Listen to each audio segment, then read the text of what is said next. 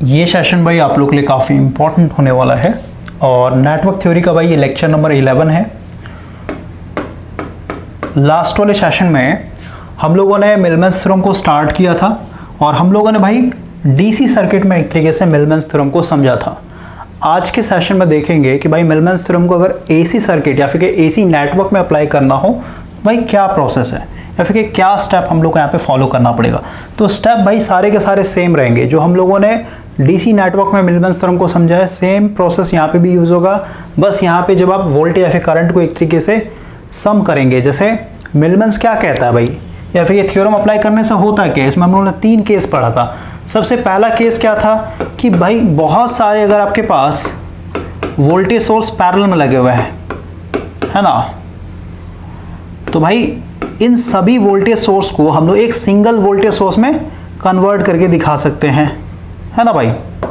तो क्योंकि ये एसी सर्किट है तो यहाँ पे हम लोग को वोल्टेज का सिंबल एसी में दिखाना पड़ेगा और इस वोल्टेज को हम लोगों ने वीटीएच बोला था और क्योंकि एसी है तो भाई यहाँ पे जो इम्पीडेंस होगा जेटीएच के बराबर होगा, समझे। तो बहुत सारे पैरेलल वोल्टेज सोर्सेस को हम लोग क्या कर सकते हैं, एक सिंगल वोल्टेज सोर्स में कन्वर्ट कर सकते हैं, ठीक है।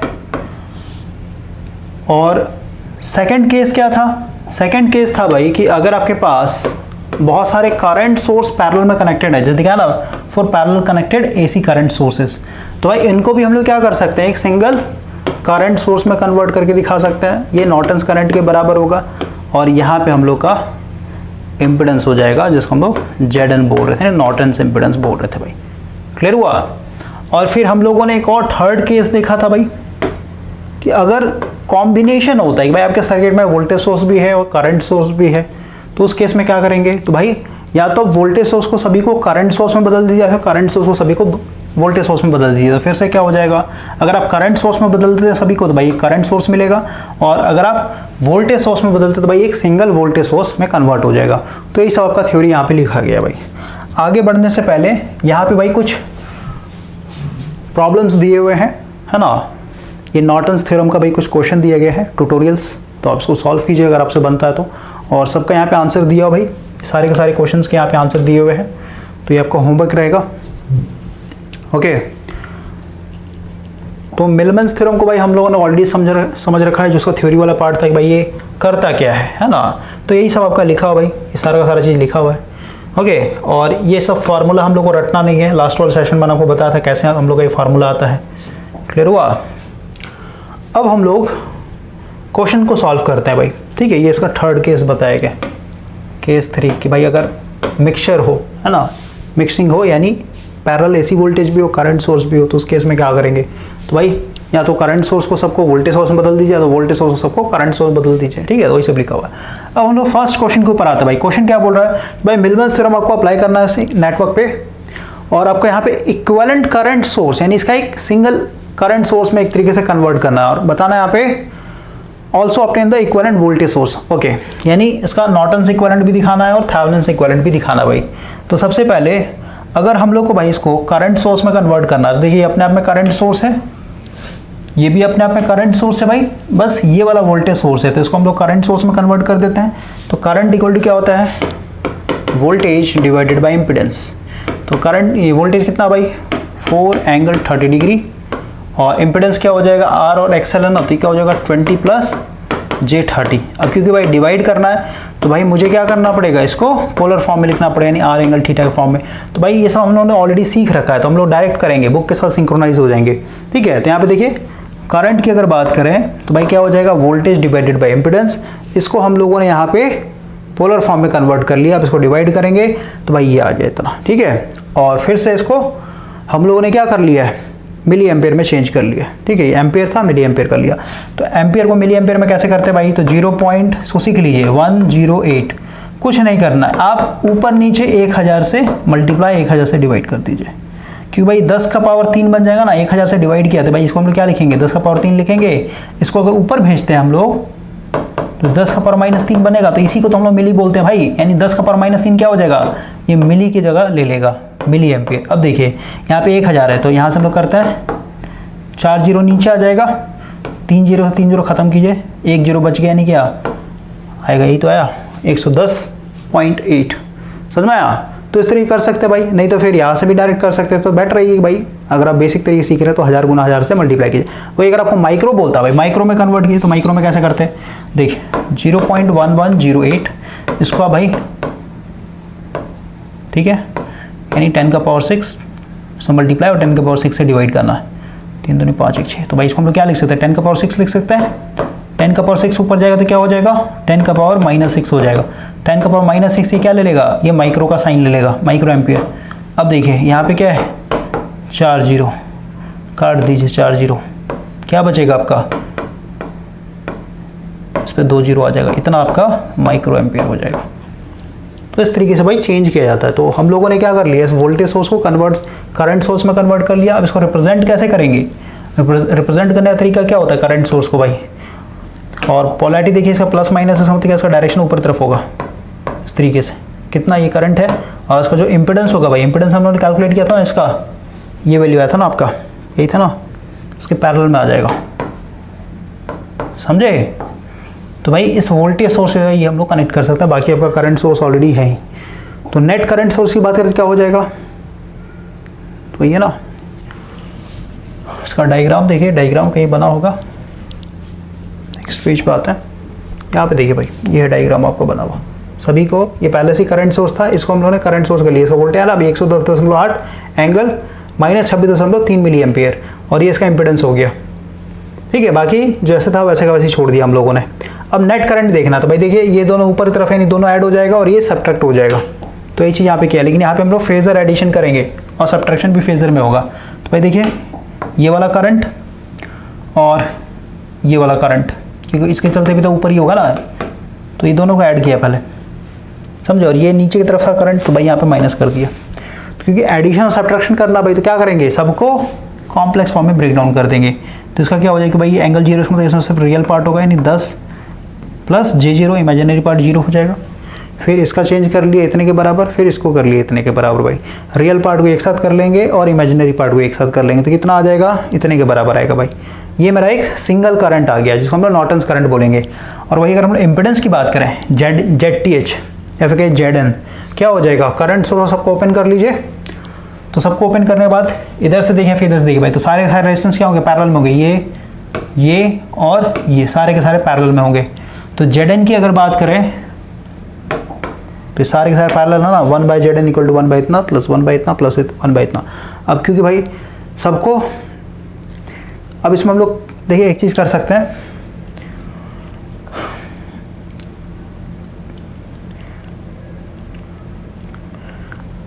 इसको क्या कीजिए ना भाई, 1 बाई डिवाइड है ना, तो उसको पहले आप क्या कीजिए पोलर फॉर्म में चेंज कीजिए, ठीक है। इसको भी मतलब पोलर फॉर्म में, तो पहले से ये इसको भी पोलर फॉर्म में, ठीक है। तो पोलर फॉर्म में डिवाइड करने के बाद 1 से डिवाइड करना, जो भी वैल्यू आएगा फिर इसको कॉम्प्लेक्स फॉर्म में चेंज कर दीजिए, फिर जो रियल पार्ट होगा एक साथ और इमेजिनरी पार्ट होगा एक साथ, ठीक है ना भाई। तो पूरा कैलकुलेशन है भाई, इसमें कुछ है नहीं, जो सीखना था हम लोगों ने फर्स्ट पार्ट में ही सीख लिया, जो कल वाला लेक्चर था उसमें। तो हम लोग क्या हो जाएगा, एक सिंगल करंट सोर्स बन गया और एक यहाँ पे इक्विवेलेंट इम्पिडेंस बन गया, जिसको हम लोग ZN बोल रहे थे भाई। तो ZN ही आया, फिर फाइंड इतना, फिर इसको हम लोगों ने फिर से कॉम्प्लेक्स फॉर्म में तोड़ दिया। तो ये आ गया हम लोग का नॉर्टन्स इक्विवेलेंट। अब इसका भाई थेवेनिन्स इक्विवेलेंट निकाला है नहीं हम लोग को भाई, फिर से इस करंट सोर्स क्या करना, वोल्टेज सोर्स में। तो वोल्टेज सोर्स क्या हो जाएगा, VTH के बराबर होता है, दोनों का मल्टीप्लिकेशन कीजिए तो इतने के बराबर आएगा, यहीं पे क्या होगा है ना, क्या है ना IN इंटू ZN। तो भाई ये वाला करंट इंटू ये वाला मल्टीप्लाई कर दिए इतने के बराबर, और ZN और ZTH दोनों बराबर होता तो इतना ही रहेगा। क्लियर हो गया। अब हम लोग का एक और क्वेश्चन है भाई, इसमें क्या बोलता है, in the circuit shown in the figure, ठीक है। फिगर दिखाया गया है, 2 voltage source act on the load impedance, ठीक है। यहाँ पे 2 वोल्टेज सोर्स लगे हैं, ये हम लोग का लोड है भाई। If the load is variable in both reactance and the resistance, what load ZL will be receive maximum power. देखिए भाई इसमें आपको मैक्सिमम पावर निकालना है। अब क्योंकि भाई मैक्सिमम पावर हम लोगों ने पढ़ा नहीं है, मैक्सिमम पावर ट्रांसफर थ्योरम क्या होता है हम लोगों ने पढ़ा नहीं है, थोड़ा सा मैं आपको रिवाइज करवा रहा हूँ, अगर आपने पहले से पढ़ा हुआ तो समझ में आ जाएगा। अगर हम लोग DC की बात करें भाई, है ना, DC में यानी DC नेटवर्क भाई, अगर हम लोग मैक्सिमम पावर ट्रांसफर थ्योरम की बात करें तो भाई कब होता है, अगर हम लोग का जो RL है, जो लोड रेजिस्टेंस है, वो इंटरनल रेजिस्टेंस के बराबर हो जाए, तो इस केस में हम लोग का क्या होता है, मैक्सिमम पावर ट्रांसफर होता है। तो भाई इस केस में हम लोग का सर्किट क्या बनेगा, ये मान लेते हम लोग का वोल्टेज सोर्स है, और ये मान लेते भाई हम लोग का इंटरनल रेजिस्टेंस है, और यहाँ मान लेते हम लोग का लोड लगा हुआ है, ओके RL, क्योंकि दोनों आपस में बराबर है भाई। तो अगर हमने यहाँ पे मैक्सिमम पावर की बात है, पावर इक्वल टू क्या होता है आई स्क्वायर इंटू आर, है ना। तो भाई इसमें करंट कितना पाएगा बताइए, आई कितना हो जाएगा, I equal to V upon R I plus R L, क्योंकि दोनों आपस में बराबर है तो दोनों को जोड़ देंगे, क्या हो जाएगा 2RL हो जाएगा। भाई दोनों बराबर है ना, R L equal to R कर लेते हैं, तो नीचे में क्या बचेगा, करंट की जगह क्या आएगा V upon R plus R, दोनों आपस में बराबर है, आर नाम दे दिया हम लोगों ने, तो क्या हो जाएगा वी अपॉन 2R, ये करंट आएगा। पावर का फार्मूला ये होता है, वैल्यू डालिए आई स्क्वायर, आई का वैल्यू ये है, क्या हो जाएगा वी बटा 2R का स्क्वायर और ये आर हो जाएगा। सॉल्व कीजिए, कितना हो जाएगा V square upon 2 2 4 R square into R, एक आर से एक आर कट जाए, कितना आएगा वी स्क्वायर अपॉन 4R के बराबर होता है भाई, समझे। ये फार्मूला होता है मैक्सिमम पावर को निकालने का, कोई दिक्कत। लेकिन वही एसी में आएंगे भाई, तो एसी के केस में मैक्सिमम पावर में क्या होता है,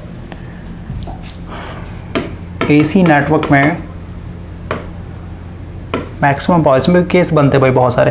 तो उसमें क्या होता है भाई, जो अगर आपका इंटरनल इम्पिडेंस, क्योंकि इम्पिडेंस हम तो क्या आर प्लस, इम्पिडेंस हम तो क्या भाई यहाँ पे या तो आर और सी का कॉम्बिनेशन हो सकता है, फिर कहिए आर और एल का कॉम्बिनेशन हो सकता है, ठीक है। ये हम लोग का वोल्टेज सोर्स दिखा देते हैं, ये मेरा इनपुट इम्पिडेंस है और इधर हम लोग का लोड होगा, तो लोड भी मान लेते हैं। इसमें कंडीशंस बनते हैं भाई, ठीक ना, आर एल है, ठीक है। तो इस तरीके से तो यहाँ पे क्या होता है भाई, जो जेड आई है मैक्सिमम पावर का कंडीशन क्या है भाई, जो भी इंटरनल इम्पिडेंस होगा वो लोड इम्पिडेंस का कॉन्जुगेट होना चाहिए। कॉन्जुगेट कहना मतलब क्या है कि भाई इसको हम लोग कैसे लिख सकते हैं, इसको हम लोग लिख सकते हैं भाई एक्सएल और ये हम लोग का आर, तो हम लोग कैसे लिखेंगे Z I equal to R plus J XL. तो लोड क्या होगा, लोड इसका कॉन्जुगेट हो जाता है, दोनों आपस में बराबर तो होने चाहिए लेकिन कॉन्जुगेट होता है, क्या हो जाएगा कॉन्जुगेट मतलब क्या, साइन चेंज होता है, आर माइनस जे एक्सएल होता है भाई, क्लियर हुआ। तो अगर यहाँ पे यानी एसी के केस में अगर हम लोग मैक्सिमम पावर की बात करें, नहीं समझ में आता भाई लेक्चर बंद कर दीजिए, कोई दिक्कत नहीं, एक क्वेश्चन सॉल्व किया, इसमें 2 ही क्वेश्चन दिया हुआ था, ठीक है ना। तो नहीं समझ में आ रहा तो वेट कीजिए, मैक्सिमम पावर पे आएंगे तो वहाँ पे ये सब समझाया जाएगा डिटेल में, ओके। तो भाई अब देखिए हम लोग का ये सर्किट है, ये मेरा जेड आई है, ये मेरा जेड एल है। तो अगर आप ध्यान से देखें, इसमें पहले करंट देखते भाई, करंट क्या होगा बताइए, वी अपॉन टोटल इम्पिडेंस, यानी एक तो ये है R plus J XL plus load impedance कितना है आर माइनस जे एक्सएल होगा।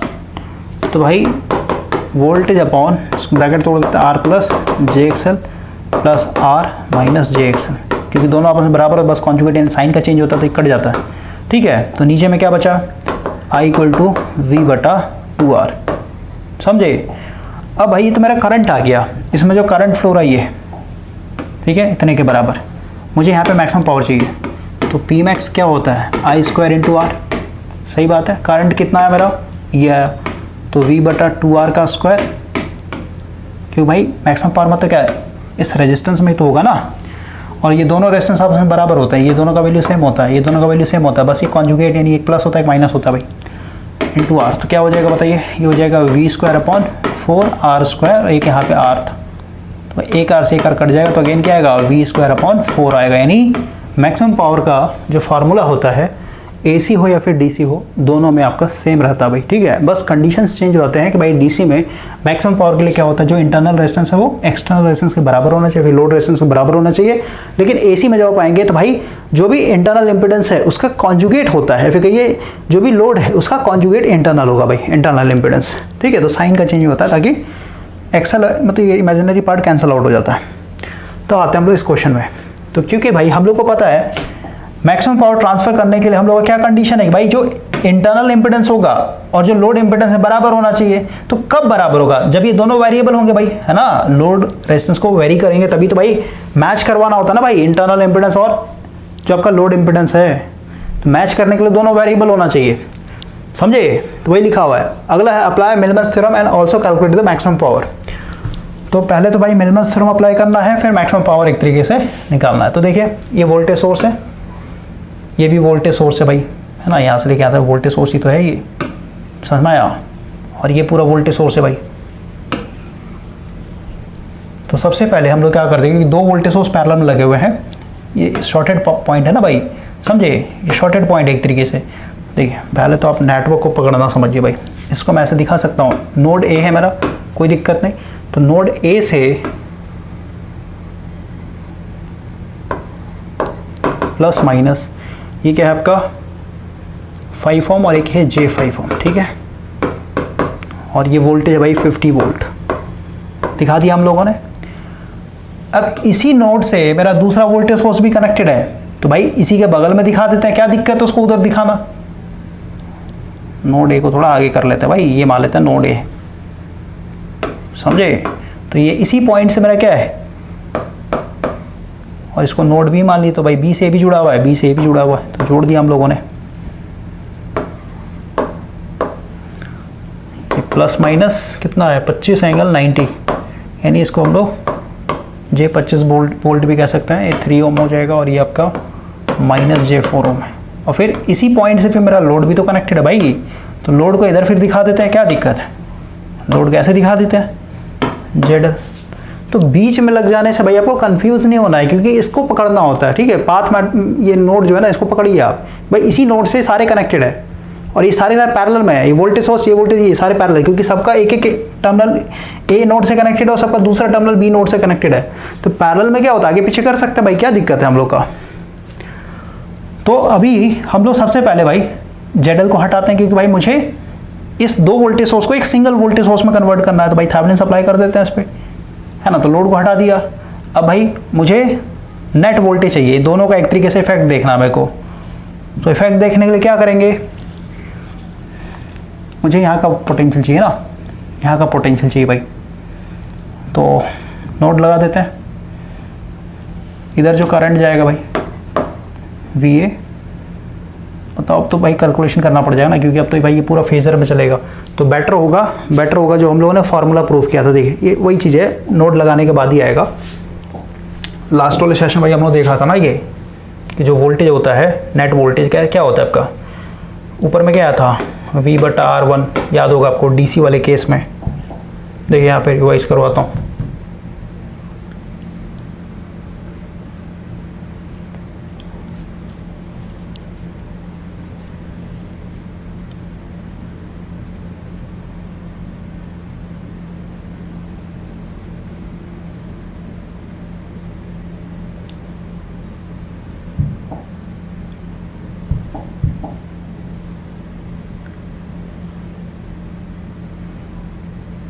नहीं यही तो आया था ना, E/R1 है ना, E/R1 प्लस E/E2/R2 प्लस, है ना।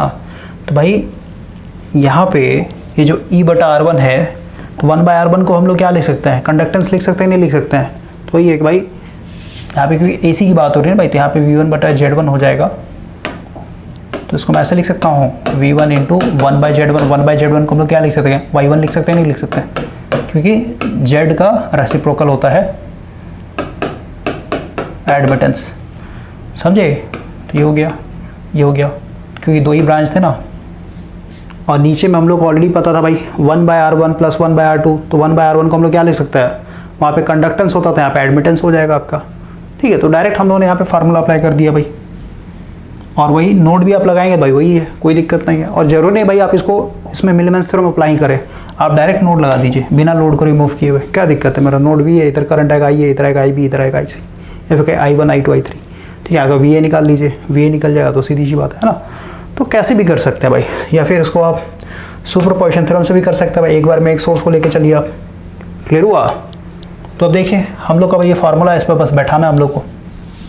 तो हम लोग यहाँ से हटा देते हैं, V1 का वैल्यू हम लोग को पता था। अब हम लोग यहाँ पे एडमिटेंस निकालना पड़ेगा, है ना। तो जो भी इम्पिडेंस है उसका रेसिप्रोकल ले लेंगे, इतना आ गया, तो सबका वैल्यू डाल दिया भाई। तो ये इसको सॉल्व करेंगे तो आ गया हम लोग का ये वाला वैल्यू, यानी ये जो हम लोगों ने ये जो दो वोल्टेज सोर्स लगा रखा ना, इसको सिंगल वोल्टेज सोर्स के में कन्वर्ट करेंगे तो इसका वैल्यू इतने के बराबर आएगा भाई, ठीक है। अब हम लोग आते हैं ZTH पे। तो ZTH क्या होता है भाई, कि जहाँ से हम लोग लोड रिमूव कर वहाँ से देखना होता है। तो इसको शॉर्ट कर दिए, इसको शॉर्ट कर दिए, तो देखें तो क्या हो, दोनों पैरेलल में हो जाएगी, ये और ये दोनों पैरेलल में हो जाएंगे इम्पिडेंस। तो इसका पैरेलल कॉम्बिनेशन निकाल लीजिए।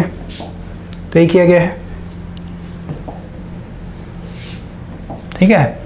पैरेलल कॉम्बिनेशन कर लिया, 1 बाय इतना है ना, उसको कॉम्प्लेक्स फॉर्म में तोड़ दिया। उसको सॉल्व करेंगे भाई, इतने के बराबर आएगा। अब हम लोग इसका डायग्राम बना लेते हैं भाई, यानी हम लोग का एक इम्पिडेंस आएगा जो कि ZTH या फिर ZM जो बोलना है, ओके, जेड मतलब मिलीमेंस इम्पिडेंस और वी एम मतलब मिलीमेंस वोल्टेज भाई, ठीक है, इस तरीके से इसने लिखा। कितना आ गया वोल्टेज, कितना है भाई 9.8 एंगल -78.66 वोल्ट, और जेटेज हम लोग ये दिया हुआ है। अब यहाँ पे लोड लगाएंगे भाई, क्योंकि हम लोग को मैक्सिमम पावर चाहिए, तो सीधी सी बात है जो आपका ये जेड आया है जो इंटरनल इंपेडेंस है उसी के बराबर होना चाहिए ना भाई, लेकिन सर कॉन्जुगेट, तो वही देखिए लिखा ना, for maximum power transfer the load impedance Z should be the conjugate of the Z, यानी ये 4 पॉइंट मतलब मैग्नीट्यूड सेम रहेगा, बस ये माइनस से प्लस हो जाता है भाई।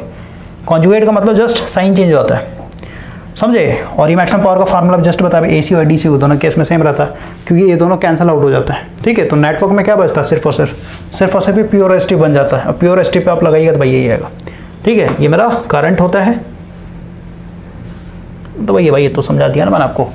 अब वैल्यू डाल दिया हम लोगों ने, आगे इतना 5.68 वॉट, खत्म हो गया ये। तो इसमें सिर्फ 2 ही क्वेश्चन था भाई। अब नेक्स्ट सेशन बात करेंगे हम लोग भाई पहले मैक्सिमम पावर ट्रांसफर थ्योरम के बारे में, ठीक है। मैक्सिमम पावर ट्रांसफर थ्योरम पहले करेंगे, उसके बाद जो छोटे छोटे थ्योरम्स हैं भाई, जैसे रेसिप्रोसिटी थ्योरम हो गया या फिर कहीं आपका कंपनसेशन थ्योरम हो गया, ये सब कवर करेंगे।